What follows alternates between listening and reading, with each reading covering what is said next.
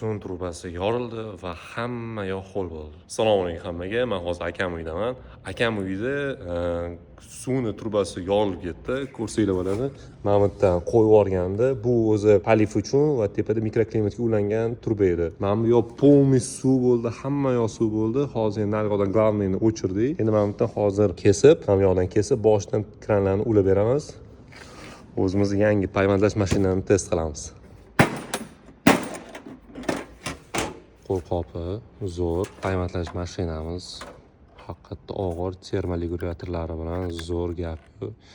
Mana bu dazmol qiladigan tarafini qarang, zo'rligini 3 ta nasatga qo'ysa bo'ladi, bemalol. Qulay haqiqatda. Tak, noshkasi, mana noshkasiga qo'yamiz.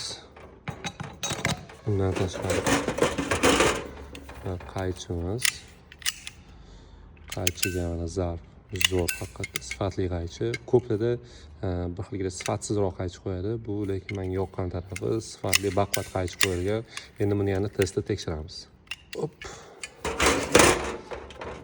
Metri 3 metrlik metr zo'r. 600 grammlik kuch va nasatkasi 20 dan boshlab 60 gacha 6 nasatka, bu вообще zo'r. Va o'zini pasporti. Shotka sizlar garantiyadan talon mashta qarasanglar bo'ladi va bu yoqda hamma servis markazlarimiz ham bor. Va biz ham bu mahsulotlarimizga, payvandlash mashinamizga 3 oy garantiya beramiz va o'zimiz mahsulotlarimizga eng kam 1 oydan 1 yilgacha. Hozir endi biz qaychimizni test qilib ko'ramiz.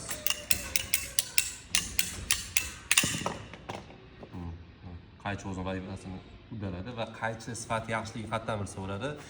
Parez tekis bo'lsa agar. Ko'p sifatsiz qaychilar parez qiyshuv kesadi. Nimaga? Chunki o'zi metall sifatsiz bo'ladi, qiyshayib ketadi. Mana bizning metallimiz, bizning qaychimiz sifati yaxshi bo'lganligi uchun tekis kesib beradi. Mana montajimizni qo'ydik. Mana bemalol suvlarni yoqamiz. Natijasini ko'rsanglar bo'ladi.